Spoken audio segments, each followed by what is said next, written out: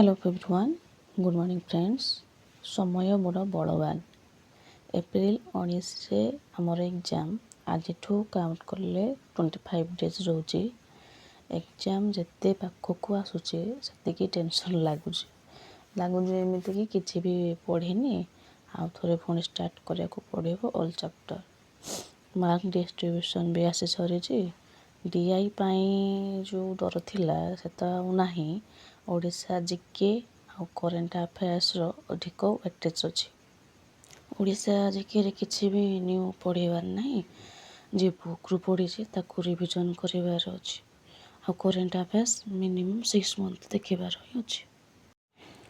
ये सब मोर मो रिविजन लिखी जोटे मु थे सारिकी आउ थे कली स्टार्ट।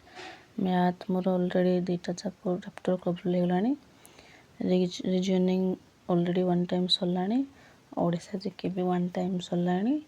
आउ कंप्यूटर को माराथन रो कर देछि। करेंट अफेयर्स किछि टॉपिक कवर हो जाइछि। आ ये रहिला बाकी 25।